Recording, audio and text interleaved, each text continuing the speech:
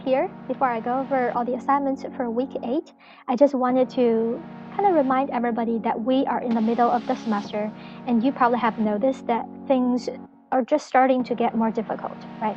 From the cell transport in cell membrane chapter to the different pathways for cell surface receptors in the cell communication chapter to a lot more pathways in this week's topic, metabolic pathways. You can see there's a lot of information at the cellular and molecular levels, and this is the more difficult stuff, all right? So don't give up. You need to work harder, but don't give up. When you get frustrated, just know that when I first learned all this information, it wasn't easy for me.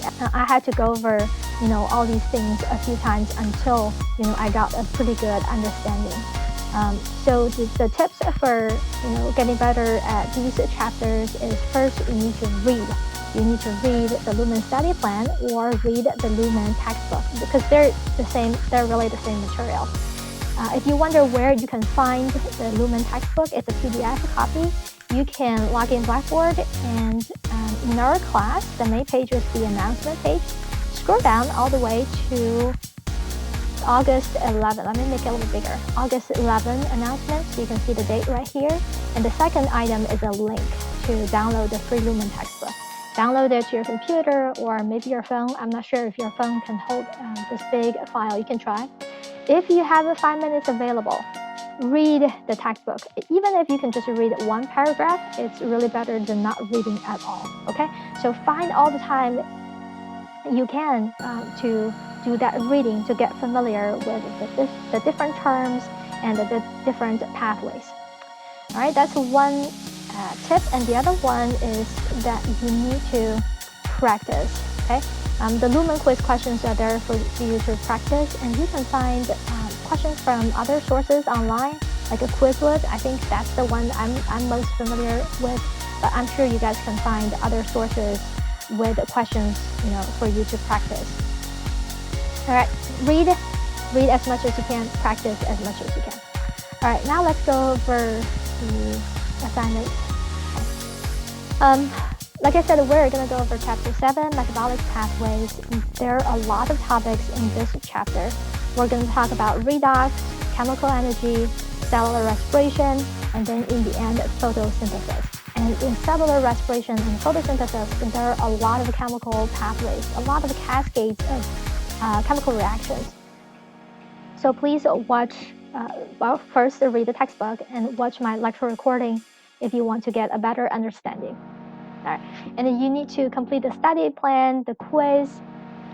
Similarly, just like last week, I broke down the lecture recordings to 4 shorter videos. So you can see parts 1 to 4, and each lecture recording focuses on 1 to 2 topics. Now for the lecture, there's a very important change for this week. We do not have any teaching video assignment this week. Okay, no teaching assignments. Instead, we are going to pause for a week.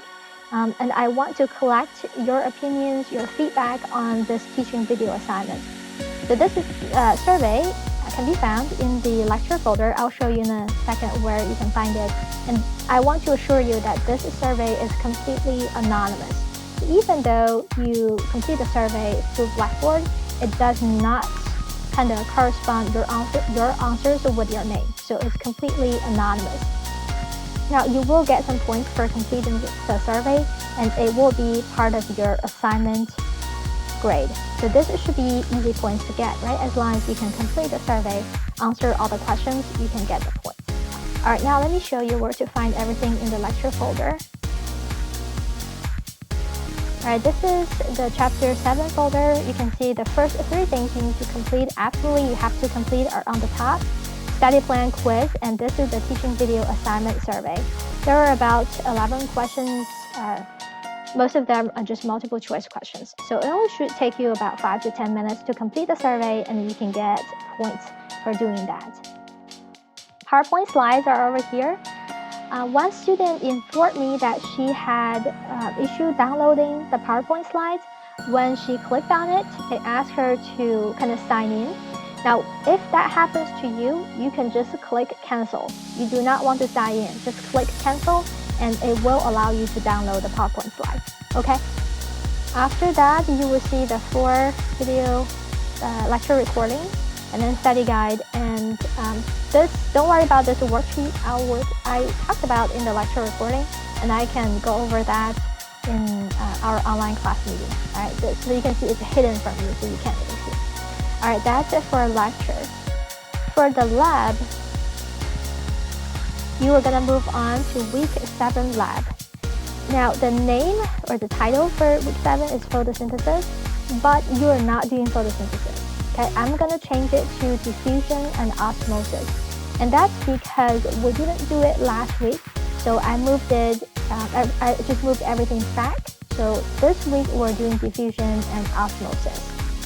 Another reason for doing this lab this week is that from last week's online class meeting time, I can sense that most students didn't have a very good understanding of diffusion and osmosis.